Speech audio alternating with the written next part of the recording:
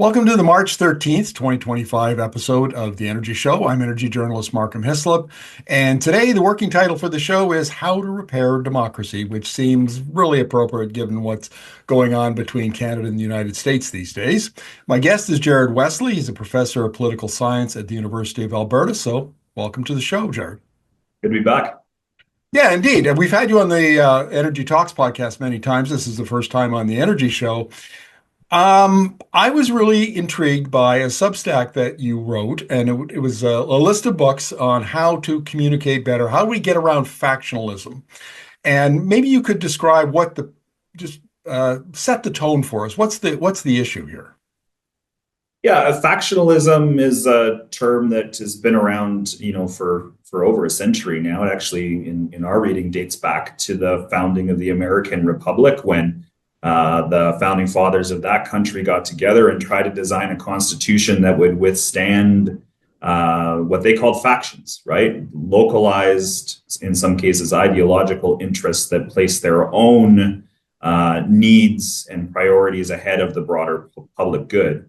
And, in this moment that we find ourselves now, not only is the American Constitution being challenged on an hourly basis along those similar lines, but we're starting to have similar conversations in other democracies, including Canada, where democratic backsliding is occurring. So our research team, Common Ground, has been looking at, what are the principles that have guided this global order, but also our local and provincial and national democracies over the last 2 centuries? And we keep coming back to this concept of pluralism, this notion that instead of concentrating the power in the hands of the few, we should distribute power, make sure that there are checks and balances, and in a representative democracy, ensure that our representatives are keeping each other in check.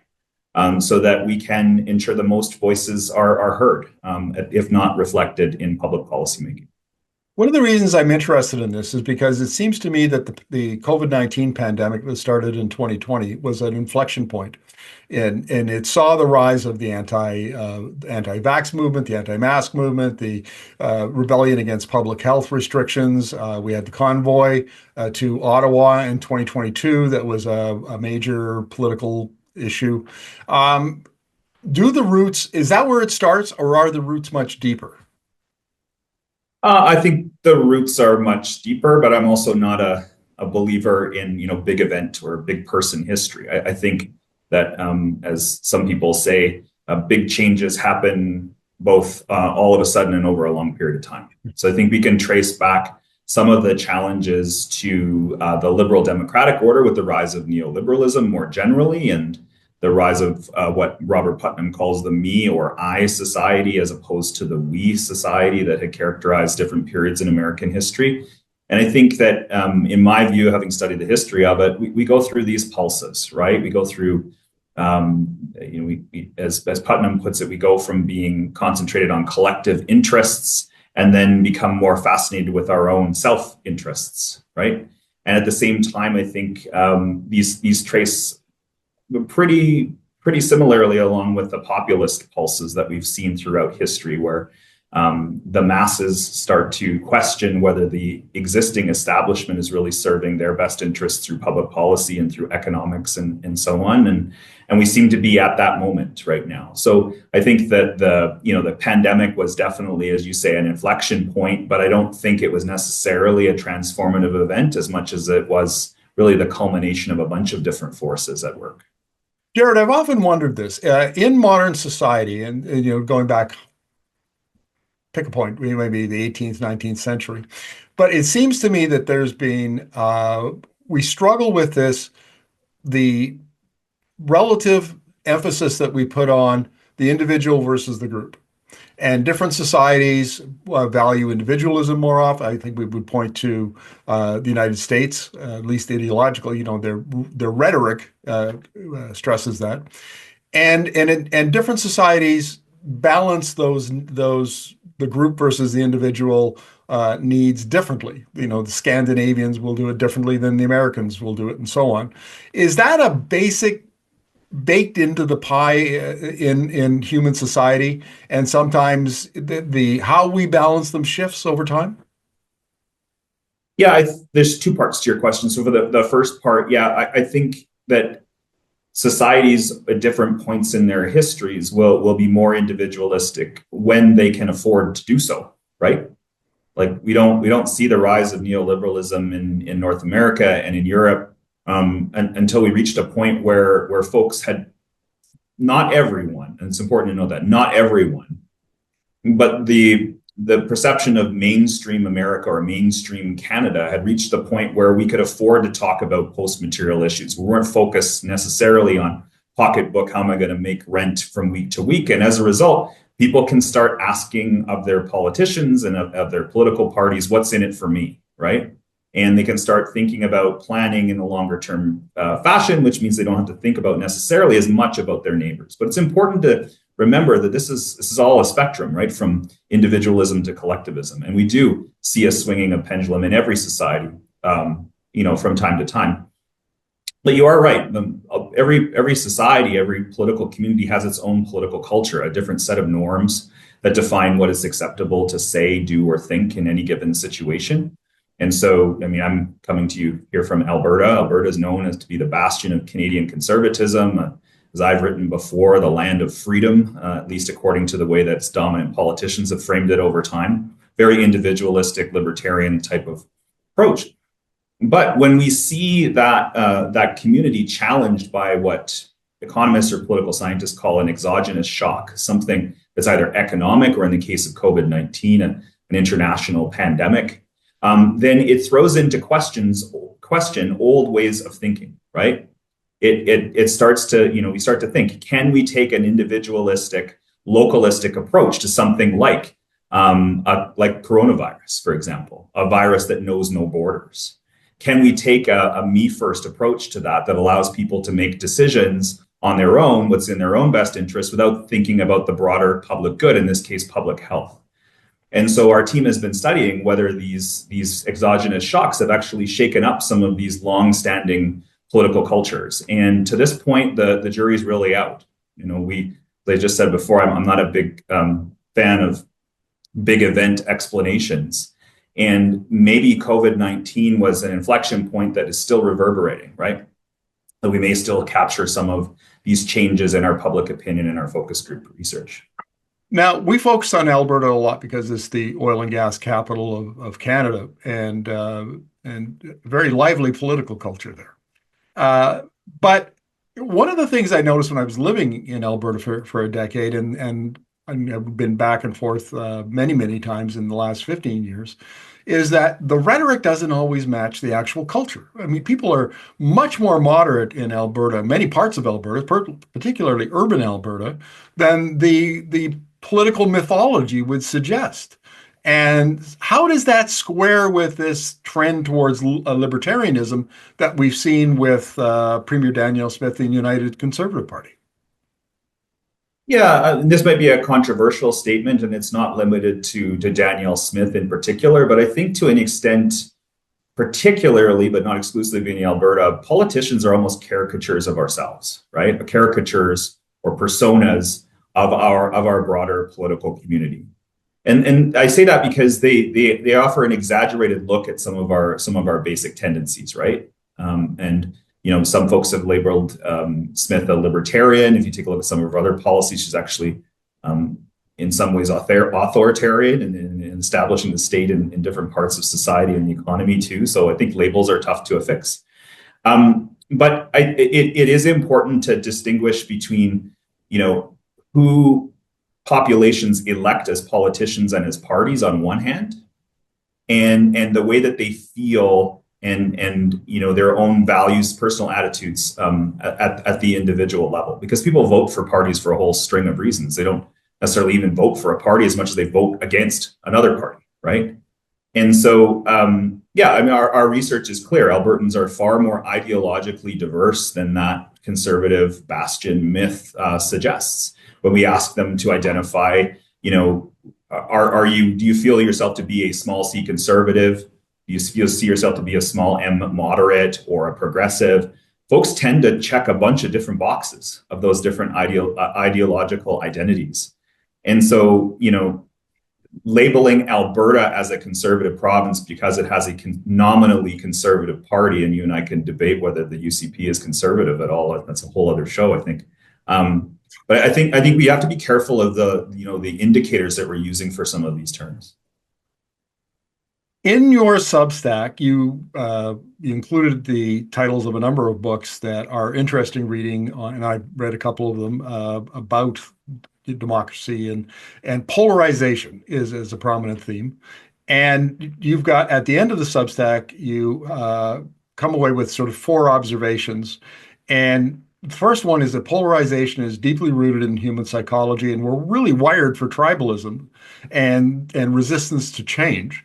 Um, Fair game, but at the same token, how has that played out over the last say 100 years of Canadian history? Because it doesn't seem that we haven't been as polarized in the past as we appear to be today. Yeah, I think that I tried to select, books from a bunch of different disciplines and just show where anthropologists and psychologists, in your example, where they agree that we are actually at our core tribalistic beings. Now, when to answer your question, throughout Canadian history, have we been tribalistic? Have we seen our political party system, for example, cleave along both ideological and regional lines the way that we see it now, with conservatives, small c, or right-wing folks in the West and moderates in central Canada and so on? Have we ever seen that before? And not to this extent. We've seen some one-off elections that seem to tilt us in that direction, but not these kind of reinforcing cleavages that we see on display today. And that's because we used to have national parties that were both brokerage organizations and were highly integrated with provincial wings across the country. And that's changed considerably over the last 20 to 30 years, right? Beginning with the 1993 election. So national parties have stopped trying to broker among different regional interests, right? And actually start playing to their strengths in trying to draw out their bases and making sure that they have, as Tom Flanagan put it, a famous conservative strategist, minimum winning coalitions. There's no longer an attempt nationally or within Alberta even to win across a bunch of different regions, because to do so would mean making different, sometimes conflicting promises to different parts of your province or your country, and owing a lot of people a lot after an election. So I understand the strategy, but that it has meant the demise of brokerage politics. And at the same time, those national organizations that we have are no longer as tied or integrated with provincial parties as they once were, right? The Conservative Party of Canada does not have formal affiliates across the country the way that the Progressive Conservative Party does. The Liberal Party is moribund in most of the western part of the country, right? And so the ability of these national parties to stitch together these coalitions through brokerage or through those formal organizations, with the possible exception of the NDP, but even then the threads are fraying. Those two things, I think, explain the moment that we're in. And when you get rid of brokerage and you get rid of integrated parties, the result is polarization along ideological and regional lines. Here's something that I really agree with, that resentment is a powerful political force, and many people feel ignored, looked down upon, and alienated. And it seems to me that, and I interviewed Professor Trish Roberts Miller from the University of Texas about authoritarian libertarianism. And she talked about 400 years of this in the United States, where, a populist kind of political party or political movement arises, and that plays to the resentments in a particular region or maybe the country as a whole. And then they get this more authoritarian government, more populist government. And it seems like today that there is a tremendous amount of resentment, and it's not just, I mentioned earlier, the anti-vaxxers, anti-maskers, but I'm hearing a lot of like younger generations under 40, under 45, who are saying, this isn't fair. We didn't ask for this. We have to live with climate change and high housing prices and all of this other stuff. How much of a driver is resentment in our current polarized politics? It's a big driver, and part of that is due at least a bit to the failure of those mainstream political parties to reach out with broad-based, nuanced answers to complex problems that these different groups of folks are facing, whether we're talking about different regional groups, generational groups, occupational groups. So part of it lands on leadership for not reaching out and not providing, complex solutions to those challenges. But part of it's embedded in human nature. I mean, we look for simple solutions, and we particularly like solutions that don't have it being our fault, right? And the rise of modern right-wing populism is all about that, right? It's all about saying it's not your fault, and we're here to restore your, as Arlie Hostel put it, restore your honor. Right? You feel downtrodden, you feel left behind. And guess what? Those other folks are the ones that left you in the dust. They're the ones that held you back. They're the ones that are rigging the system for their people, right? And that's where the in versus out type of rhetoric seems to resonate with people. It's part of human nature not to want to dwell on your own faults, right? When it comes to your own personal situation. It's easy to blame other people for their own faults. And we see this, for example, progressives looking at folks that are in the oil and gas industry and going, well, you should have seen the writing on the wall. You should have gone back to school. You should have never gone into the trades in the first place, right? There's a bit of blame, I think, to go around for folks in not actually addressing these issues substantively.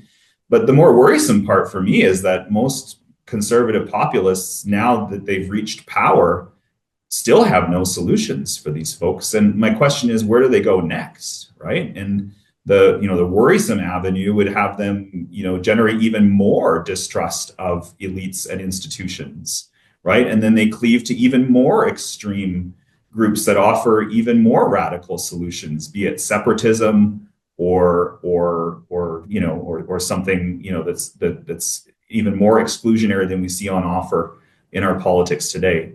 So, I don't mean to sound all doom and gloom, but populism hasn't provided those answers beyond rhetoric either. Let's talk about your third point, which is that persuasion is possible, but only if we do it differently. Now, this is relevant to energy media because we've been thinking about that. How do we communicate with people? We're very much plugged into the sort of the global analytical framework around clean energy technology change and disruption of existing industries and business models. It's a very different view of the energy transition, the global energy system. And we're very often having these conversations in Alberta. And that means that you can't just go to somebody, like the oil and gas engineers or some other group and just say, here's my argument. It's really good. Are you persuaded? You have to spend time. You have to engage with people. You have to communicate your ideas. You have to engage with them, and then you have to persuade them, which by definition means you have to build some kind of relationship with them so that you can persuade them over time. And I see how difficult it is just for us to do that. How do we do it at the society level, like at the provincial level, for example? Yeah, I mean, that's a great question. I think it helps to look at the individual level first. And that's why one of the books on my recommended list was Dave McGraney's How Minds Change. And the premise of that book is, if your sole goal is to change someone's mind and you that will likely lead you to debate or presenting of facts, which, as other books in my list, like Foolproof, for example, suggest don't actually work, given concepts like motivated reasoning, where people filter out information that doesn't fit with their worldview or with their own personal interests. So McGraney's book, and McGraney's a journalist himself, right? He's not an academic by any stretch, but he spends time talking with academics and folks that work on the ground. And he said that the goal of these one-on-one conversations should be to understand where the person's coming from and to have them understand where you're coming from, right?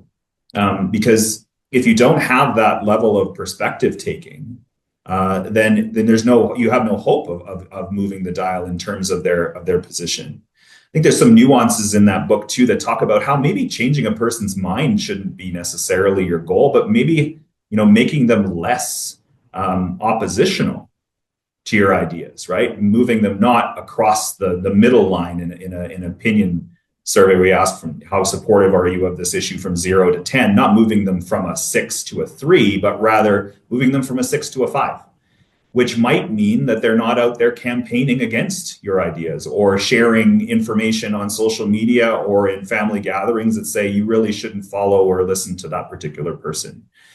So I think it does start at the individual level, but for folks that are looking to generate that kind of communal change, it's doing that hard work at the local level. Investing in concepts is not the only one, but investing in approaches like deep canvassing, right? Where you spend not 15 minutes having a person spend 15 minutes filling out an opinion survey, but rather spending 15 minutes at the door with them, not trying to persuade them or take their temperature on an issue, but to really understand where they sit.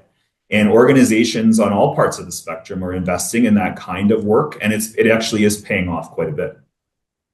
I wanted to provide an anecdote here that has maybe some relevance for this part of the conversation.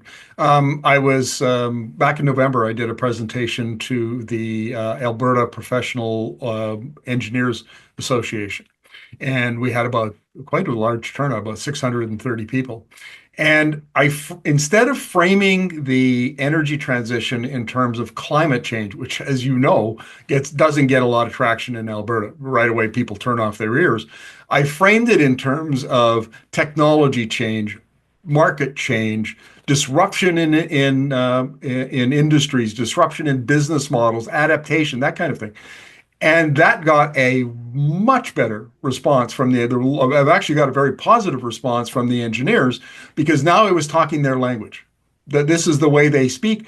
And no one had ever explained the energy transition to them in their terms. So it was very enlightening for me about, how we could reach out to that particular group that is generally considered, I think, very conservative and open to these populist ideas. How important is it how you frame an issue and how you explain it to the folks that you're engaging with? Yeah, I mean, framing is so important. We have some Viewpoint Alberta survey data from our Common Ground initiative that shows that how you even word a question on a survey matters, right? So we did a split sample experiment where we asked half of our sample the question, do you think the government should incentivize workers to leave oil and gas jobs and go into other sectors, for example, the green economy? The other half of the sample got a question, do you think that governments should provide supports for workers who are willing and able to exit?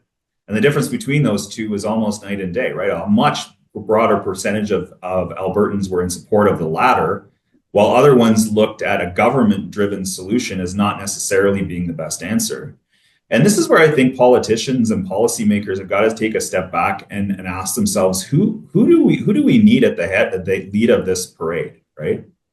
We've done a lot of focus groups and interviews up in Fort Mac, for example, and I don't find a lot of reticence, to using the term climate change or recognizing man-made climate change. But when you ask them who's most responsible, who's best positioned to lead that, most of them, if they're working in the oil and gas sector, will say, well, my company's doing the right thing, and my company's the one that's leading on this and doing this and that. We can agree to disagree on whether the companies are actually moving the dial when it comes to emission reduction and intensity and so on. And sure, let's have that discussion. But what it does reveal is that if we can get companies involved who are trusted by many folks that are most reticent towards adopting this green transition, that's a good first step. And I don't think that's a hard sell. The market is driving a lot of that anyway, and a lot of these companies are headed in that direction. Yeah, I would have to agree. I mean, I've interviewed Kevin Byrne from S&P Global, who heads up their emissions division now. And one of the points he makes is that you can see the oil and gas market grappling with the issue of pricing emissions intensity. So that if you have low emissions intensity, you get a premium price. And if you have a high emissions intensity, which Alberta Oil does, at least the oil sands does, then you're going to get a lower price. And that incentivizes then the producers to lower their emissions. It's in the very early stages, but he says that's where the market is going. And so you would expect that once those market forces are felt inside the industry, that they would be more open to conversations around the energy transition and climate change. your last point, history shows that change is possible. I studied.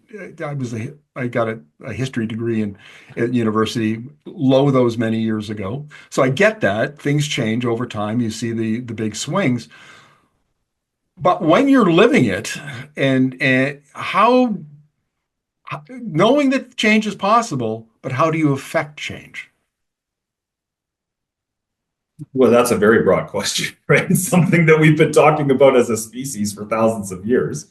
Um, Look, I'm going to alter your question just slightly because I think that folks in my profession, folks in government, folks in your profession are too hung up on change, right? Oh, okay. Because we're in a moment now where I think people on different parts of the spectrum are equally concerned about not just change but stability, right? And how do we put the brakes on radical solutions to big problems and say, for example, we need an incremental change, or in some cases, we just need to wait this out, right? And the simple answer, I just said, don't take simple answers to complex questions. This requires leadership, right? And in a very real way, the federal election that we're about to experience in Canada will feature two major players that have very different perspectives on the role of leaders during these crisis points, right? And that's perhaps a topic for another discussion. But we're about to see whether stability versus change is what Canadians want, and Canadians from across the country want in this particular moment. So if I were to sum all of this up, we are deeply polarized. Things can change. There are things we know how to change people's ideas, but it takes a lot of hard work. We need leadership. We need a lot of on the ground work. We need to be knocking on doors. Those conversations in Tim Hortons are very important. They need to be. Boy, that sounds like can we motivate the society, motivate Canadian society enough to do that? It seems like and I'll give you my example. My kids are in their 40s, and my daughter and her husband are both professionals, busy professionals with young children at home, and they don't have time for anything. And I suspect that a lot of, 20s, 30s, and 40s folks are just, they're between their jobs and their kids and whatever other else stuff they're involved, this idea is just beyond them. I haven't got time. I'm too tired. I just another. So how do we get people motivated to do that? Yeah, and that's showing up our research too. People are unplugging from the news, not just because they're too busy, but because it is just too sad, makes them too angry, or they just don't understand what's going on, right? I'm not so much worried about those folks. I think that they do engage when it's important, and we've seen a rise in patriotism and consumer boycotting and so on across the country. And I think people are more plugged in now than more than ever. They're having discussions about what this moment means in terms of the trade war and other things. And I think this election will be a good test of that. I'm not so worried about those folks because we always do need somewhat Robert Dahl called slack in the system, where we have folks that are a bit apathetic, that aren't too jazzed up about politics. Because if we had a citizenry that was all jazzed up, it would be even more polarizing, right? So what I would encourage folks to do is to think about, folks that are listening to your show are more engaged than most, right? But I would encourage them to make space for folks that want to have those crunchy conversations, right? That want to have those difficult conversations to try to find common ground, to try to find consensus between different points. Because those of us that are trying do face a lot of pushback. You and I were talking just off air before we came on, right? About the kind of pushback I get for the kind of work I do. And I'll take that on. I can, but there's a lot of other people that just don't engage in that kind of work altogether because they're afraid of being called a traitor, or they're afraid of being called a turncoat, or other things. And I'll leave you with this. One of my colleagues down in the United States, his book's on my list as well, and Anjiri Daras, his book, The Persuaders, he talks about how he's often accused of, as he puts it, wanting to hug a Nazi. Right. So he thinks, oh, yeah, you want to get along with those other guys. It means you want me to go up and hug a Nazi. And his response was really telling. He's like, well, maybe don't start with the Nazis. Yeah. But how about we start with recognizing that not everybody who disagrees with you is a Nazi. right? And we need folks that if they're too tired, they're too disengaged, they have other more important things to do. I get it. But you need to make space for those folks that do want to build that common ground and to give them some leeway to do so. Jared, this has been a fascinating conversation, and I want to have more of them in the future because, this is a difficult time in Canada's history, and we need to have these kind of sane conversations about what's possible, what and how we can change our politics to accommodate the challenges we face. I'm very fond, as I think I said in the last episode, of Arnold Toynbee, the British historian who said that civilizations rise or they fall depending on the ability of the leadership to meet existential crises.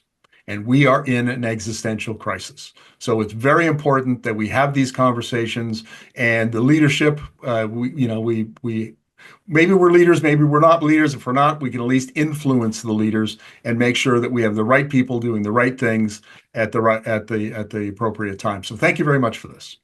Thank you. Thanks for watching the show. We are on a mission to reach 10,000 subscribers and over 1 million views. If you're enjoying the content, give us a thumbs up, share your thoughts in the comments, and subscribe to our channel. Thanks for being part of our community.